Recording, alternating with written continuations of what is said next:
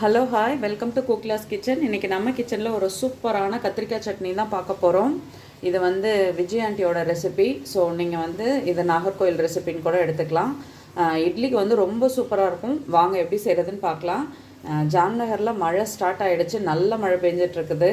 So கண்டினியூஸாக video போட முடியுமான்னு தெரியல. முடிஞ்ச வரைக்கும் நான் வந்து ரெகுலராக வீடியோ அப்லோட் பண்ண பார்க்குறேன். அப்படி முடியாத பட்சத்தில் நீங்கள் வந்துட்டு தப்பாக எடுத்துக்காதீங்க. ரெண்டாவது வந்து உங்கள் சப்போர்ட்டையும் நீங்கள் வந்து கொடுக்கணும். அதுக்காக தான் நான் இப்போவே சொல்லிக்கிட்டேன். ஃபஸ்ட்டு நம்ம காயெல்லாம் கட் பண்ணி எடுத்துக்கலாம். சொல்லிகிட்டே இருந்தால் பவர் போயிடுச்சு. இப்போ பாருங்கள், இந்த வீடியோ எடுக்கும் பொழுது நைட்டு 8 மணிக்கு என்ன ரேஞ்சில் இருக்குதுன்னு பாருங்கள். ஆனால் காலையில் அவ்வளோ ஒரு இருட்டாட்டம் இருந்தது, நைட்டுக்கு நல்லா வெளிச்சமாக இருந்தது. அப்புறம் தான் இருட்டுனது. 9 மணிக்கு மேலே தான் இருட்டே வந்துச்சு சொல்லப்போனால். நேற்று ஸ்ட்ரீம் ரிலீஸ் ஆகிடுச்சு. ஓப்பன் பண்ணிக்கலாம். கத்திரிக்காய் நல்லா வெந்துருச்சு. நம்ம மத்து வச்சு கடைஞ்சிக்கலாம். இது வந்து ரொம்ப திக்காகவும் இருக்கக்கூடாது, அதே மாதிரி ரொம்ப தண்ணியாகவும் இருக்கக்கூடாது, மீடியமாக இருக்கணும்.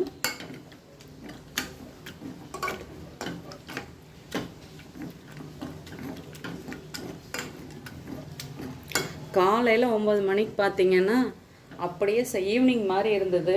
6-7 மணிக்கு எப்படி இருட்டிட்டு இருக்குமோ நம்ம ஊரில், அதை மாதிரி இருந்தது. இப்போ மணி 8 ஆகுது. பார்த்தா இன்னுமே வெளிச்சம் அப்படியே இருக்குது. நான் அந்த வீடியோ இடையில அட்டாச் பண்ணியிருக்கேன், பாருங்கள் எப்படி இருக்குன்னு. இப்போ நல்லா கடைஞ்சி விட்டாச்சு. அடுத்து தாளிப்பு போட்டுக்கலாம். இப்போ 1 ஸ்பூன் அளவு எண்ணெய் சேர்த்துக்கலாம். எண்ணெய் சூடானதும் கடுகு உளுத்தம்பருப்பு போட்டு தாளிச்சிக்கலாம். இதுக்கு வந்து கட்டாயமாக சின்ன வெங்காயம் தான் யூஸ் பண்ணணும். அதனால் நான் வந்து சின்ன வெங்காயம் கட் பண்ணி வச்சுருக்கேன். கொஞ்சமாக கடுகு உளுத்தம்பருப்பு போட்டு தாளிச்சிக்கலாம். கடுகு இப்போ நல்லா பொரிஞ்சிடுச்சு. கொஞ்சமாக பெருங்காயத்தூள் சேர்த்துக்கலாம். அடுத்து கருவேப்பிலை சேர்த்துட்டு வெங்காயத்தையும் சேர்த்துக்கலாம்.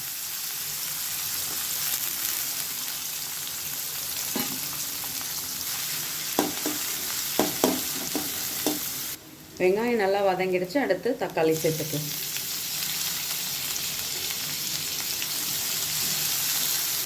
இது கூட ஒரு 1/4 ஸ்பூன் அளவு நம்ம குழம்பு சாம்பார் தூள் வச்சுருப்போம் இல்லையா, அதுதான் சேர்த்துருக்கேன்.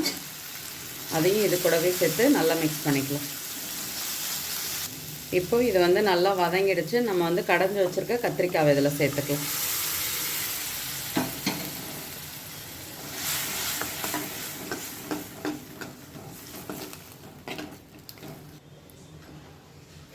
லைட்டாக 2 கொதி விட்டு ஆஃப் பண்ண வேண்டியதான். நம்மளோட கத்திரிக்காய் சட்னி இப்போ ரெடி ஆகிடுது. ஆனால் வந்து மல்லித்தழை கட்டாயமாக போடக்கூடாது, வெறும் கருவேப்பிலையோடு மட்டும்தான் இதை விடணும். இப்போ இதை கொதிச்சதும் பவுலில் மாற்றிட்டு பார்க்கலாம். கொதிச்சாச்சு, நம்ம வந்து பவுலில் மாற்றிக்கலாம். சுட சுட சூப்பராக நம்மளோட கத்திரிக்காய் சட்னி ரெடி ஆகிடுச்சு. நீங்களே வீட்டில் ட்ரை பண்ணி பாருங்கள், கண்டிப்பாக உங்களுக்கு பிடிக்கும். வீடியோ பிடிச்சா லைக் பண்ணுங்கள். என்னோடய வீடியோ உங்களுக்கு யூஸ்ஃபுல்லாக இருந்தால் சப்ஸ்கிரைப் பண்ணிக்கோங்க. கட்டாயமாக செஞ்சு பார்த்துட்டு உங்கள் கமெண்ட் சொல்லுங்கள்.